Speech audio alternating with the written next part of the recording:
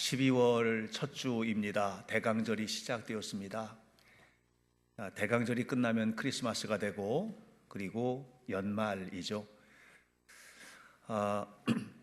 세상적으로는 제일 좀 바쁘게들 모여서 송년 파티도 하고 이런 시기인데, 그리스도인들은 이 땅에 구원자로 오신 예수 그리스도를 조용히 묵상하며 경건하게 보내야 하는 그런 기간이기도 합니다. 이 둘 사이에서 끼어서 우리가 어떤 건강한 믿음으로 살아야 할지 여러분들이 깊이 묵상하면서 이 대강절을 보내시기를 바라고, 또 건강한 믿음으로 하나님 앞에 세워지시기를 부탁을 드립니다. 2005년에 있었던 일입니다. 2005년에 히말라야 가운데서도 굉장히 어려운 봉우리 중에 하나가 촐라체라는 봉우리인데, 이 촐라체에서도 북쪽 벽을 등반을 계획을 하고 등반대를 꾸려서 갔던 박정현 대장의 등반 팀이 있었습니다. 이 촐라체 북쪽 벽은 수직벽만도 약 2000m 정도가 되는, 그러니까 굉장히 난 코스인 벽입니다.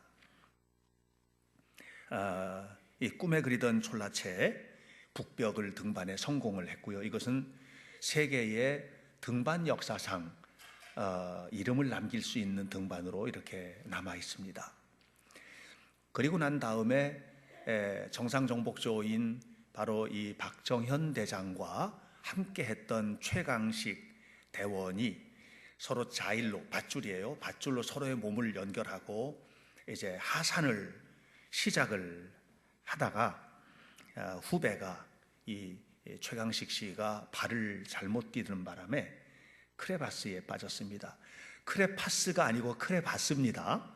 이 크레바스는 뭐냐면 얼음이, 골짜기하고 골짜기 사이에 얼음이 덮이고 그 위에 눈이 깔려서 이게 골짜기인지 뭔지를 모르는 거예요. 그런데 그걸 밟으면 이게 푹 꺼지면서 수천 길의 깊은 골짜기에 빠지는 겁니다. 이 골짜기를 크레바스라고 합니다. 바로 이 최강식 씨가 크레바스에 빠졌습니다. 밧줄로 연결을 했잖아요. 위험한 상황이 되면 서로 연결을 해서 연락을 하기 위해서. 근데 이 연결한 밧줄이 빠지면서 최강식 씨가 덩치 큰 젊은이 아닙니까? 30대 초반에 꽉 내리치면서 이 박정현 대장의 갈비뼈를 후리쳤습니다. 그래서 갈비뼈 2대가 그 자리에서 부러졌습니다. 크레바스에 지금 자일 하나, 밧줄 하나로 연결되어서 위에는 지금 박정현 대장이 겨우 버티고 있고 밑에는 최강식 씨가 밧줄에 대롱대롱 매달려 있는 상황인 겁니다. 정상을 정복하느라고, 그것도 북벽 2km 수직 구간을 정복을 하느라고 온 몸의 힘은 다 소진되었고 갈비뼈가 부러져 버린 상황에서 이제 이걸 어떻게 해야 되는지, 보통 이런 상황이 되면 등반가들이 배운 가장 기본적인 지식 가운데 하나가 밧줄을 끊어버리는 겁니다. 밧줄을 끊어서 어차피 이걸 살려낼 수가 없거든요. 밧줄을 끊어서 밑에 있는 친구는 그냥 죽도록 버려두고 위에 있는 사람만 살아오는 게 보통 이제 그런 상황에서 하는 일이고, 또 이런 일들은 뭐 한 번, 두 번 있었던 일이 아니기 때문에 박정현 대장도 모르는 게 아니죠. 그런데 박정현 대장은 후배를 살려내기로 결심을 합니다. 살려내다가 안 되면 함께 죽기로 결심을 합니다. 그리고 정말 기나긴 사투 끝에 겨우 그를 끌어올렸습니다. 베이스 캠프에서는 등반 정복을 위해서 올라갔던 이 정복조가 박정현 씨와 최강식 씨가 9일이 지나도록 돌아오지 않으니까 살아올 수 있는 곳이 아니죠. 히말라야에서 죽었다, 뭐 크레바스에 빠졌거나 어떤 상황이 되어서 연락도 두절된 채 이제 죽었다 이렇게 판단을 하고 철수 준비를 하고 있을 때 9일 만에 이 두 사람이 살아서 돌아온 겁니다. 갈비뼈가 부러진 이 박정현 대장은 떨어지면서 충격으로 왼쪽 다리가 빠져버린, 탈구가 되어버린 최강식을 안고 업고 부축하고 해서 끌고 온 겁니다. 그리고 난 후에 병원에 후송돼서 이 두 사람이 받아야 할 형벌, 그 대가는 너무나 가혹한 것이었는데 박정현 대장이나 최강식 씨나 이 두 사람이 손가락 발가락을 다 잘라야만 했습니다. 왜냐하면 동상이 걸려서 쓸 수가 없게 된 거예요. 박정현은 발가락 2개와 손가락 8개를 잘라냈고 최강식은 발가락 10개와 손가락 9개를 잘라내야만 했습니다. 쉬운 결정이 아닌 거죠. 다시 말하면 자신의 삶의 모든 것들을 다 그냥 거기에 버린 겁니다. 등반가에게 손가락과 발가락이 없다는 것은 뭐냐 하면 이 사람들은 세계 최고의 등반가들이거든요. 세계 유수의 콩쿨 대회에서 피아노로 대상을 수상을 하고 한 최고의 피아니스트가 10개의 손가락을 잘라낸 것과 같습니다. 세계 최고의 소프라노가 성대가 찢어져서 더 이상 노래를 부를 수 없게 된 것과 같습니다. 바로 이런 상황에서 박정현은 후배를 구해서 돌아온 거죠. 대강절의 이 두 사람의 스토리를 제가 2014년에 SBS에서 하얀 블랙홀이라는 그 다큐멘터리 프로그램으로다가 2주에 걸쳐서 방영을 했는데 다시 한번 이걸 보았습니다. 예수님께서 우리에게 오신 것은 크레바스에 빠져서 밧줄 하나에 겨우 매달려 있는 최강식 씨가 할 수 있는 게 아무것도 없어요. 자기 스스로 살아나올 수 있는 길도 없고 위에서 끌어올려줘야지 되는 것 이외에는 할 수 있는 게 아무것도 없는 거예요. 그렇게 죄와 사망에 사로잡혀 있는 우리를 위해서 예수님께서 이 땅에 오신 것입니다. 그리고 그 예수님의 은혜로 우리는 절망과 죽음의 골짜기에서 살아나게 된 것입니다. 대강절은 바로 그 일을 위해서 이 땅에 오신 예수님을 기억하는 절기입니다. 뿐만 아니라 이제 그 예수님께서 우리 마음의 중심에 오셔야만 하고 또 역사 속에 다시 오실 텐데 그렇게 내게 다가오시고 역사 속에 다시 오실 주님을 기다리는 기다림의 절기입니다. 그래서 대강절은 기억과 기다림의 절기이고 그 중심에 우리의 삶이 자리 잡고 있는 것입니다. 그리스도인들에게 있어서 가장 큰 감격은 뭘까? 신앙생활하면서 여러분 정말 감격스러웠을 때가 언제 있나요? 그리스도인의 가장 큰 감격의 순간은 예수님을 만나는 순간일 거라고 생각합니다. 정말 주님이 살아계실까라고 생각했었는데 그 주님이 나에게 다가오시고 나의 죄를 용서하시고 내 삶을 붙잡아 주시고 나를 새롭게 하시는 것을 영혼 깊이 느끼게 된 바로 그 순간, 그 순간이 여러분에게 있게 되시기를 바랍니다. 바로 그 순간만큼 감격스러운 순간이 없지 않겠습니까? 에딘버러 대학의 교수였던 심프슨이라고 하는 분이 계십니다. 이분이 마취제 발명했습니다. 마취제, 수술할 때 마취하죠? 이분이 발명한 겁니다. 방부제도 발명했습니다. 어느 날 함께 대화를 나누는 자리에서 질문을 했습니다. 교수님이 지금까지 살아오면서 가장 위대한 발견, 그것은 마취제를 발견한 것이죠. 우리는 그렇게 생각합니다. 그렇게 얘기했더니 심프슨이 대답을 했습니다. 사실은 그것이 아닙니다. 내가 지금까지 살아오면서 내가 발견한 가장 큰 발견은 나는 죄인이라고 하는 사실과 그리고 나 같은 죄인을 위해서 예수님께서 십자가에 죽어주셨다는 것, 그것보다 더 큰 발견은 없습니다. 이렇게 이야기를 했다고 합니다. 심프슨 박사는 그 마취제를 발명을 했을 때 얼마나 기뻤겠어요. 그런데 그것보다도 자기가 예수님의 은혜로 구원받은 자라고 하는 것을 깨달았을 때가 더 기뻤다는 거예요. 그리고 이 기쁨을 늘 누리고 살고 있다는 거예요. 그래서 자기는 예수 그리스도의 은혜, 그 은혜 이외에 아무것도 나에게는 필요가 없다고 하는 이런 감격을 가지고 세상을 살고 있다는 것입니다. 여러분, 정말 신앙생활이 감격스러우십니까?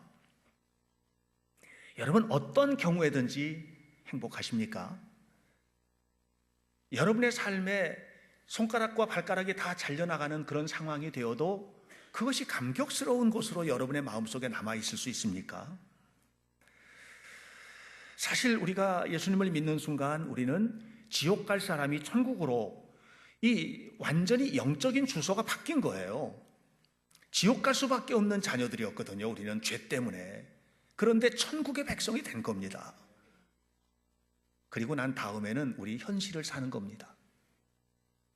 천국은 우리의 현실 속에 이루어진 자리가 아닙니다. 우리 마음 속에 이루어진 자리이고 우리가 죽어서 가야 할 자리입니다. 그 우리의 현실은 어떤 자리인가? 우리의 현실은 천사 같은 사람 만나고 하는 일마다 형통하고 마음에는 평강이 강물처럼 흐르고 너무너무 행복하고 좋고 즐겁고 모든 것이 다 오케이이고, 이게 아니라는 거예요. 이게 아니라는 거예요. 톨라체에서 최강식을 살려낸 박정현의 스토리, 이 스토리를 들으면서 저는 감동했거든요, 사실. 근데 제가 감동을 하면서 뭘 물었느냐 하면, 너라면 어떡할 거야? 이 질문이 오는 거예요. 너라면 어떡할 거야? 여러분, 우리가 어떤 사람이 은혜스럽게 살아요. 예를 들어서 손양원 목사님이 자기 아들을 죽인 무장공비 괴한을 자기 양아들로 삼아서 공부도 가르치고 다 책임져 주잖아요. 자기의 두 아들을 죽인 원수인데 우리가 감동하거든요. 여기서 이제 다른 질문이에요. 너라면 어떡할 거야? 우리는 누군가의 스토리를 들으면서 감동은 해요. 신앙생활을 하면서 예수님을 만났을 때 예수님을 만난 기쁨이 얼마나 큰지 하는 것도 알아요. 그런데 구체적인 삶의 현장에서 내가 그 자리에 섰을 때 나는 어떻게 살까? 이건 전혀 다른 얘기가 나오는 거예요. 여러분, 바로 이 박정현 대장이 촐라체 이후에 행복했을까요? 저는 행복하지 않았을 거라고 생각해요. 구해낼 때는 사명감으로 구해냈는데, 그리고 구해낸 다음에 손가락도 발가락도 다 잘라냈는데, 그럴 수밖에 없게 됐는데, 그것이 나에게 현실적으로 행복의 조건이 되느냐? 그건 아니었을 거라고 생각이 들어요. 그래서 제가 살펴봤어요. 그랬더니 역시 그는 행복하지 않았어요. 2년 동안이나 아주 심각한 방황을 합니다. 왜냐하면 이제 등반가로서 생명이 끝나버린 거예요. 아까 말씀드렸던 것처럼 세계적인 피아니스트가 10손가락을 다쳐버려서 피아노를 더 이상 칠 수 없게 된 것이고, 정말 잘 나가던 소프라노가 목의 성대가 문제가 생겨서 결절이 생겨서 더 이상 노래를 부를 수 없게 된 것과 같은 상황인데, 나는 이런 상황이 너무 행복해요. 그럴 수는 없지 않습니까? 그런데 바로 그 고통스러운 자리에서 이 박정현 대장이 새로운 것을 찾아요. 이것이 정말 감사한 조건이라고 하는 것을 깨닫게 돼요. 그가 그래서 이런 얘기를 해요. 만약에 그때 그렇게 해서 내 손가락과 발가락이 잘리지 않았더라면, 이 박정현의 얘기예요. 내가 다른 등반에서 어떤 순간에 나는 지금 히말라야에 묻혀 있을지도 모르겠다. 이렇게 얘기를 해요. 그러면서 그가 새로운 꿈을 가지고 히말라야를 등반하기 시작하죠. 그건 패러글라이딩이에요. 낙하산을 타고 온 히말라야를 정복을 하고 다니는 이 일을 하고 있습니다. 사랑하는 여러분, 주님이 우리를 구원하신 것은 영적인 구원입니다. 그리고 그 영적인 구원의 은혜 속에서 우리에게 주님께서 맡겨주신 일들이 있어요. 그건 뭐예요? 현실을 살아내라. 예수님의 은혜로 현실을 건강하게 살아내라. 주님께서 우리에게 바꿔주신 이 아이디어를 가지고 현실을 살아내라. 너는 여전히 원수 같은 사람을 만날 것이다. 너는 여전히 어려운 환경을 만날 것이야. 네 마음속에는 평강이 강물처럼 흘러내리는 그런 삶이 아닐 수도 있어. 그러나 그 속에서 내가 너와 함께 할 거야. 그것을 위해서 내가 너를 살렸어. 그러니까 살아내라고 하는 것입니다. 이 과정을 표현하는 굉장히 중요한 세 개의 동사가 5절과 6절에 등장을 합니다. 5절을 보니까 이렇게 나와 있어요. 허물로 죽은 우리를 그리스도와 함께 살려주셨다는 거예요. 십자가에서 예수님은 우리를 살려주셨습니다. 이건 과거의 사건이에요.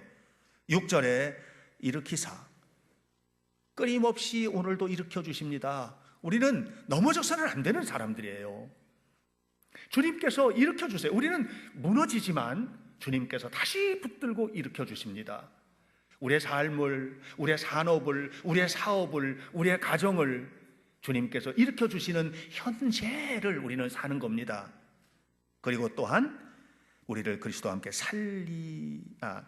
그리스도 예수 안에서 6절에 그리스도 예수 안에서 함께 하늘에 앉히시니 이것은 이루어질 미래입니다.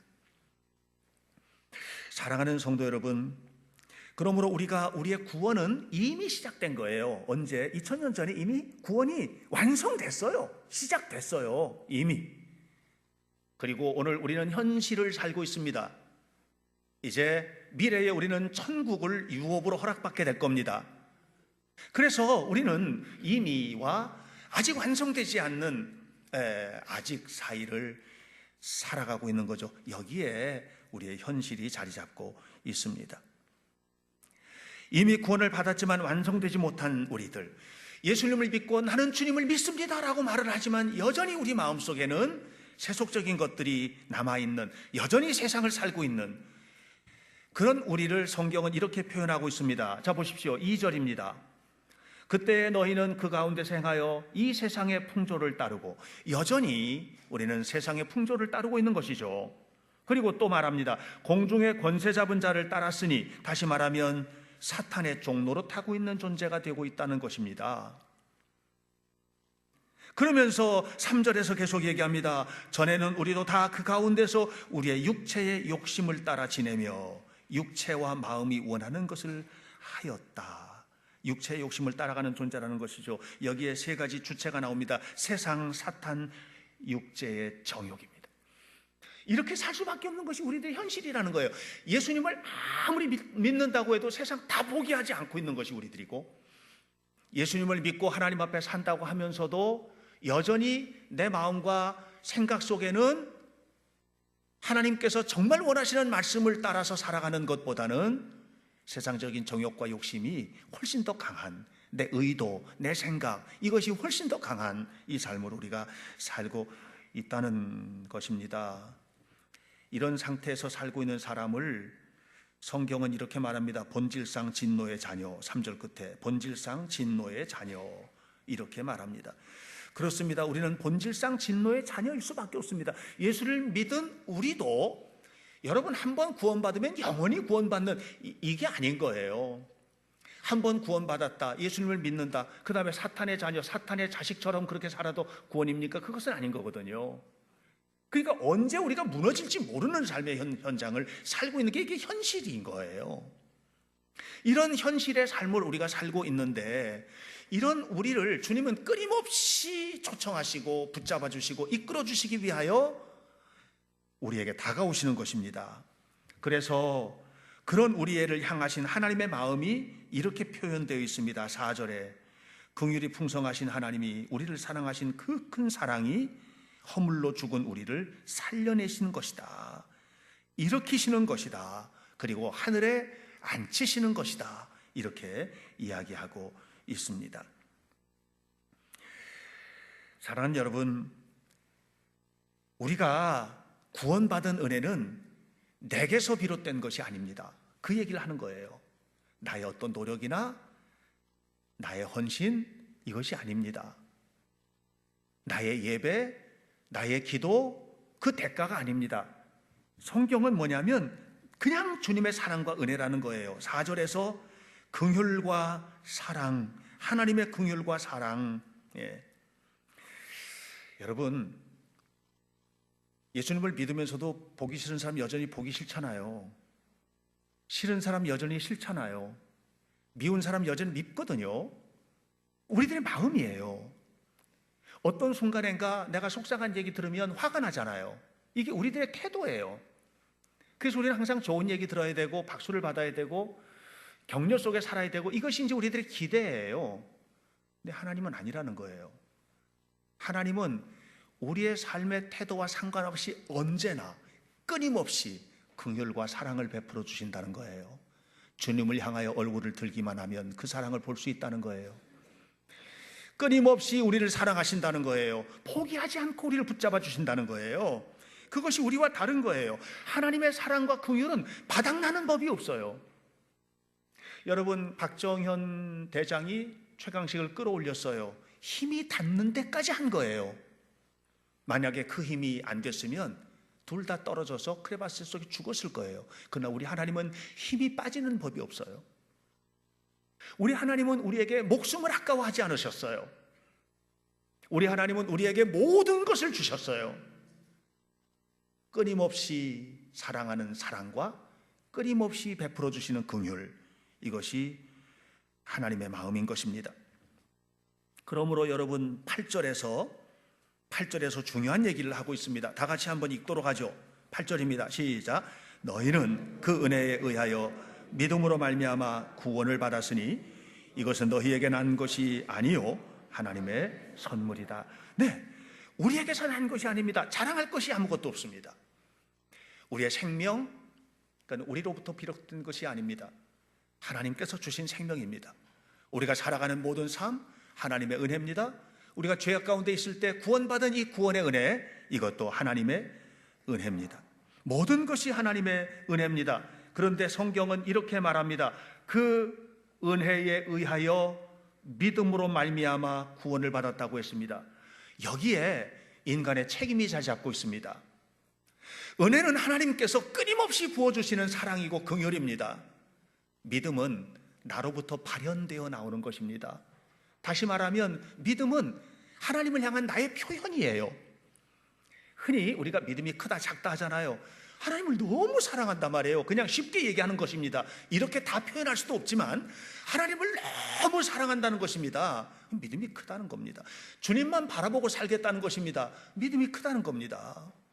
하나님의 은혜 속에 살겠다는 것입니다. 주님을 바라보는 것이 믿음의 시작입니다. 그러니까 하나님의 베풀어 주시는 끊임없는 은혜와 나로부터 주님을 사모하는 이 믿음의 표현들이 만나는 자리에서 이루어지는 것이 뭐냐면 구원입니다. 그래서 은혜를 인하여 믿음으로 말미암아 구원을 얻는 것입니다. 절대적인 하나님의 은총으로 절대적인 죄인인 내가 구원을 받는 것입니다. 이런 우리에게 필요한 것은 하나죠. 하나입니다. 그건 뭐냐면 하나님이 다 하셨습니다. 모든 것을 다 하나님께서 하셨습니다. 하나님이 다 하셨습니다. 나는 오직 주님을 믿습니다. 주님만이 옳습니다. 이렇게 고백하는 것입니다. 대강절은 이미 2000년 전에 이 땅에 오신 예수 그리스도, 나를 위해서 이 땅에 오신 예수 그리스도를 기억하는 절기입니다. 그러나 동시에 그렇게 이 땅에 오셔서 예수님께서 행하셨던 일들을 기억하며 내 안에 주님께서 다시 오시기를 기다리면서 역사 속에 다시 오실 예수님, 재림하실 거거든요. 역사 속에 재림하실 예수 그리스도를 기다리면서 나는 그러면 어떻게 살아야 할지를 생각해야 되는 절기이기도 합니다. 구원받은 우리는 함부로 살아서는 안 됩니다. 구원받은 우리는 내 마음대로 살아서도 안 됩니다. 내 마음을 주님 앞에 맡기고 살아야만 하고 하나님이 기뻐하시는 삶을 우리는 살아야만 합니다. 도널드 브롯이라고 하는 사람이 한 얘기가 정말 맞습니다. 죄인을 위한 그리스도의 사역은 이미 완성되었지만 죄인 안에서 이루어지는 그리스도의 사역은 지금도 이루어지고 있다. 죄인을 위한 그리스도의 이 완벽한 유일회적인 십자가의 사건은 2000년 전 갈보리 위에서 이루어졌습니다. 완성된 것입니다. 그러나 여러분, 오늘 현실을 살고 있는 우리가 또 죄를 짓고 또 죄를 짓고 또 절망에 빠지고 또 낙심하고 이런 우리를 붙잡으시고 다시 세우시고 그 예수님을 바라보면서 다시 내가 일어서는 이 사역, 이 성령의 사역, 이 그리스도의 사역은 지금도 계속되고 있다는 것입니다. 여러분, 세상은요 지뢰밭 같아요. 그냥 마음대로 살아서 내 생각대로 살고 뭐 이게 모든 것이 다 오케이 되는 이런 낭만적인 세상이 아닌 겁니다. 언제 우리의 삶이 어떻게 무너질지 알 수 없는 이런 삶을 살고 있습니다. 결심해가지고 될 것 같지만 100번 결심을 해도 또 이 결심이 무너집니다. 우리의 머릿속에는 더러운 생각들과 우리의 습관 속에는 더러운 악습들이 자리 잡고 있습니다. 이것이 우리들의 삶의 현재인 거죠. 그래서 자꾸만 우리가 거룩함에서 멀어지는 거예요. 거룩하게 살아야 되는데 거룩함에서 자꾸 멀어지는 거예요. 그래서 우리에게는 여전히 주님이 필요한 겁니다. 난 예수를 믿으니까 됐어가 아니에요. 여전히 주님이 필요한 것이고 끊임없이 주님을 바라봐야 하는 것이고 그 주님을 바라보면서 우리가 하나님 앞에서 살아야 되는 것이죠. 그 예수님 말씀하셨어요. 세족식을 할 때 베드로에게 발레나 발 씻겨줄게 이렇게 얘기할 때 베드로가 뭐라 그랬습니까? 저 다 이제 씻었는데요. 그래? 목욕한 자, 이미 목욕한 자는 다른 데는 다 필요 없어. 발만 씻으면 돼. 우리는 이미 목욕한 자입니다. 예수 그리스도의 은혜로 세례받을 때 우리는 죄사함의 은혜를 경험했습니다. 그러면 더 이상 죄 짓지 않았습니까? 또 씻어야 됩니다. 그러면 여러분 완벽하게 하나님 앞에서 설 수 있습니까? 자신이 있으세요? 하나님 앞에 섰을 때 주님께서 그래 너는 백옥처럼 희고 눈결처럼 하얗고 너의 삶은 비단결처럼 보드롭고 아름답다 이렇게 자신 있습니까? 우리는 여전히 죄를 짓고 있는 거예요. 그래서 우리는 주님 앞에 또 발을 내놔야 되는 겁니다. 주님이 우리의 발을 씻기시고 그리고 그 힘으로 우리가 살아야 하는 거죠. 살아야 하는 거죠. 어떻게 살아야만 합니까? 10절입니다. 10절입니다. 다 같이 읽습니다. 시작. 우리는 그가 만드신 바라 그리스도 예수 안에서 선한 일을 위하여 지으심을 받은 자니 이 일은 하나님이 전에 예비하사 우리로 그 가운데 행하게 하려 하십니다. 여러분 선하게만 사시기 바래요.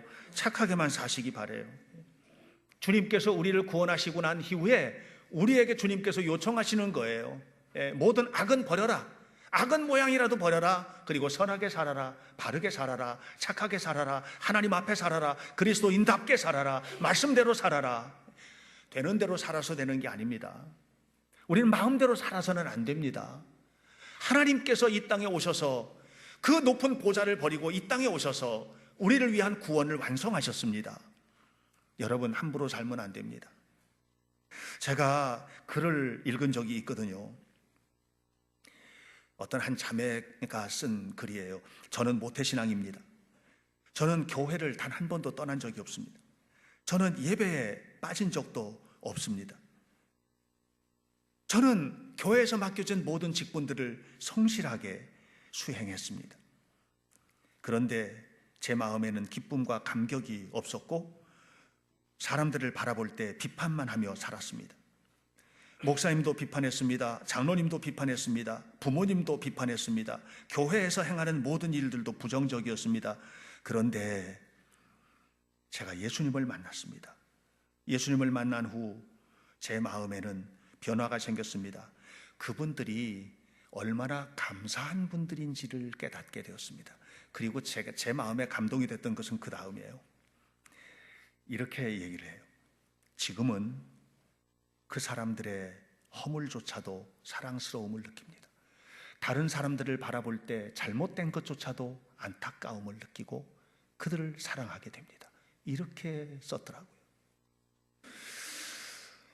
여러분, 하나님이 우리를 사랑하실 때 이런 우리를 사랑한 거예요. 허물까지도 사랑하신 거예요. 우리가 지은 죄까지도 품에 안으신 거예요. 하나님이 우리를 사랑하실 때 이 자매의 이 결론처럼 사랑하신 거예요. 그냥 모든 것을 사랑하신 것이고 모든 것을 받아주신 거예요. 근데 우리는 그렇게 하지 못하고 있잖아요. 여전히 선하게 살지 못하고 있는 거죠. 박정현 대장이 손가락이 다 잘려나갔잖아요. 손가락이 2개밖에 안 남은 거예요. 8개를 잘라냈으니까. 발가락도 잘려나가. 그 나중에 그러는 거예요. 손가락을 이렇게 보면 얼마나 사실 속상하겠어요. 근데 그게 사랑스러움이 느껴진다는 거예요. 사랑스러움이. 그 속에 또 다른 길이 있다는 것을 사랑스러움으로 보게 된다는 거예요. 사랑하는 여러분, 오늘 우리들에게는요, 우리가 원치 않는 상황들이 오는 거예요.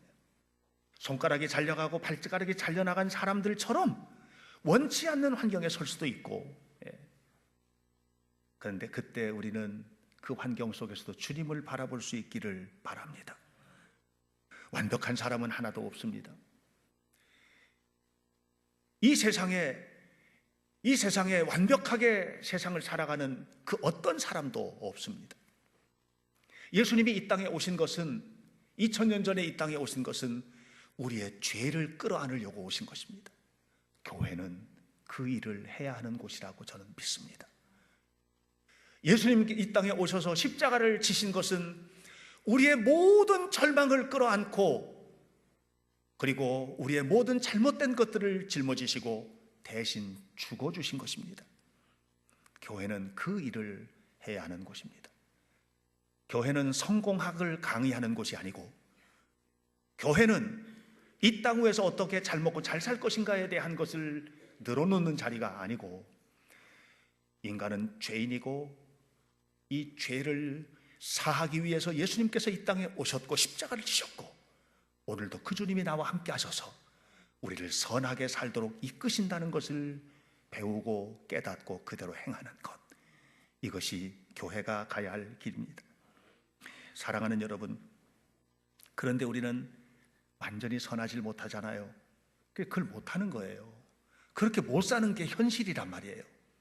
그래서 오늘도 이 땅에 오신 예수님을 기억해야 하고, 다시 내 안에 오셔서 일하시는 주님을 기다려야 하고, 그리고 그 주님과 함께 삶을 살아가기 위해서 노력해야 됩니다.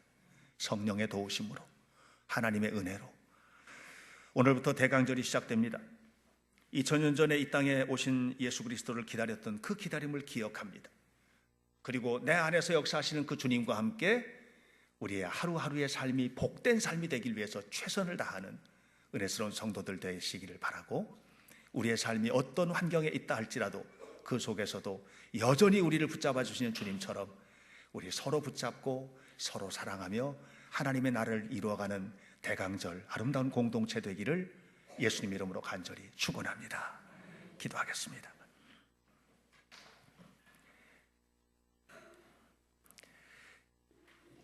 잘려나간 손가락과 발가락은 그들이 살고 있던 삶의 현실에서 볼 때에는 저주인데, 그것이 사랑스럽게 느껴졌다고 했습니다.